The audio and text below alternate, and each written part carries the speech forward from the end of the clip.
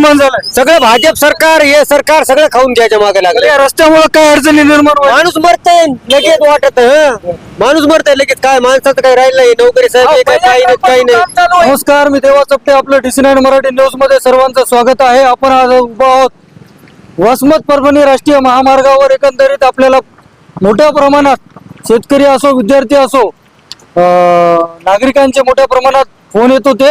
एकंदरीत फोन याच्यासाठी येत होते, त्यासाठीच आपण आज ग्राउंड रिपोर्टिंग करत आहोत. एकंदरीत पाहू शकता आपण, हे राष्ट्रीय महामार्गाचं काम कित्येक दिवसापासून सुरू आहे.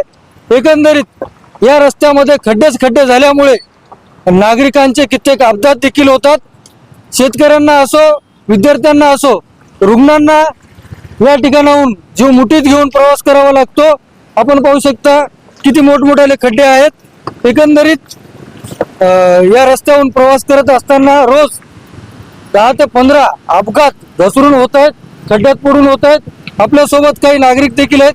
भाऊ, कोणतं गाव तुमचं? आमचं गाव खांडेगाव.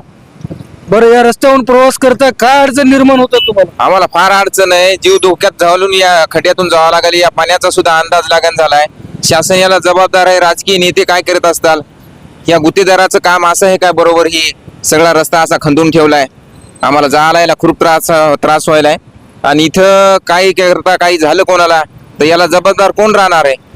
नक्कीच आपण पाहू शकता, इकडल्या साईडला पाहू शकता, एवढ्याले मोठ्याले खड्डे आहेत. नागरिकांना, प्रवाशांना याचा अंदाज सुद्धा लागत नाही. एखाद्याचा जीव गेल्यावर या गुत्तेदाराला जाग येईल का, असा देखील प्रश्न निर्माण झाला. इथं आपल्यासोबत आणखी काही शेतकरी आहेत. मामा, कशासाठी आले ते वसमतला? दूध घालायला आलो होतो.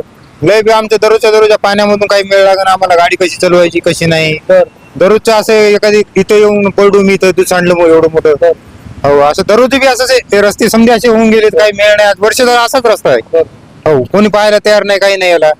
हो, नक्कीच आपण पाहू शकता, मोठ्या प्रमाणावरून या रस्त्यावरून नागरिक रहदारी करत असतात. राष्ट्रीय महामार्गाची अशी जर अवस्था असेल तर नागरिकांनी प्रवास करावा कसा, हा देखील प्रश्न निर्माण झालाय.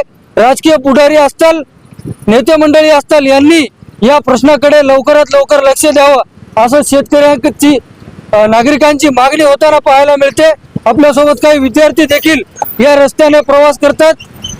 तू कुठं जातो भैया? कोणतं गाव आहे तुझं? काय सांगशील, काय अडचण निर्माण होतं त्या रस्त्यावरून जाताना? आम्हाला रस्त्यावर